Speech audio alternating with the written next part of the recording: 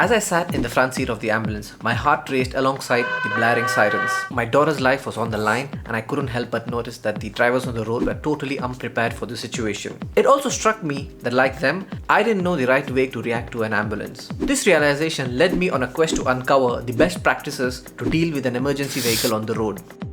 In this video, I'll share my personal experience and teach you the essential skills to safely and efficiently make way for emergency vehicles, ultimately saving lives.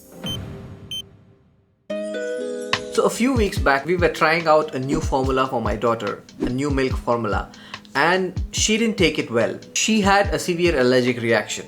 So she had spots all over her body and she was not breathing properly. So this caused a lot of anxiety and panic in the house. So we tried to hold her in a proper way and just to tap her so that she could breathe properly.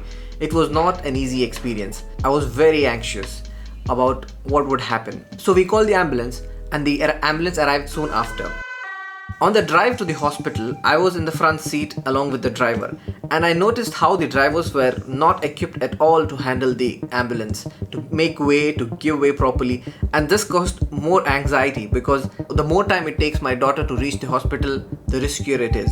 The drivers were moving in weird patterns, and since the traffic was still and it was the morning rush hour, there was a lot of traffic in the roads. After we reached the hospital and everything was fine, Alhamdulillah, my daughter was fine, nothing serious happened after that. I thought to myself that I am not fully aware of how to handle an ambulance. What's the right way to respond to one? So I did some research and here's what I found. The first thing to do is to remain calm and to assess the situation. So stay calm. Panicking can lead to wrong decisions. It also helps if you're not listening to very loud music in the car to be aware of the ambulance from far away.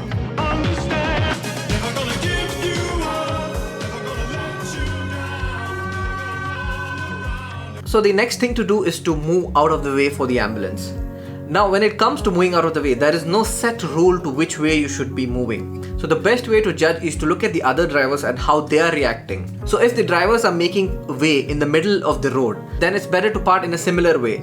But if the drivers are making way in one side of the road, so it's better to move to the other side of the road. So it's very simple things like this, but in a state of panic, when we hear the sound, when we see the lights, it can be difficult to make the situation. But it can be as simple as this. Just look at the other drivers and move accordingly. If you're in a moving traffic when you hear the siren, make sure to slow down or completely stop if necessary. Be sure to indicate which side you're moving to the other drivers so that they are also aware of what you're going to do. This ensures that they know where you're about to move. If you're at an intersection, make sure that you don't block the intersection. The emergency vehicle may need to pass through. Also make sure you follow the law and not break it egregiously, jumping red lights or going the wrong way to make way, because this might also lead to more accidents and further harm. Bending the rules slightly is okay, but breaking them altogether might lead to more harm than good. Once the ambulance has passed through, resume normal driving. Don't try to cut corners and go ahead. So being in the ambulance with my daughter definitely has taught me some lessons. I could see how the driver was frustrated by the drivers. She was not happy with how they were reacting. And it seemed like a normal thing that every day she drives and people don't know how to react. They're just panicking on the roads. They're just moving here and there. And at one point we stood in one place for at least a minute because we couldn't go ahead.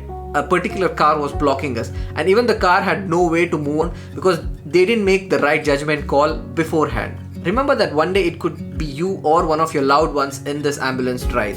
And how would you feel if people are not reacting properly, giving way to the ambulance, and you lose precious time reaching to the hospital where they need immediate care? It was not an easy experience for me. My daughter was not well. I was not in a good place. But maybe some good comes out of this. And this video saves somebody's life just because one of you decided to move your car in the right way and save some precious time for the ambulance. So to reiterate, stay calm, look at what other drivers are doing. If you're in moving traffic, slow down or stop completely. If you're in a standstill traffic, try to move in such a way that makes way for the ambulance, looking at the other drivers.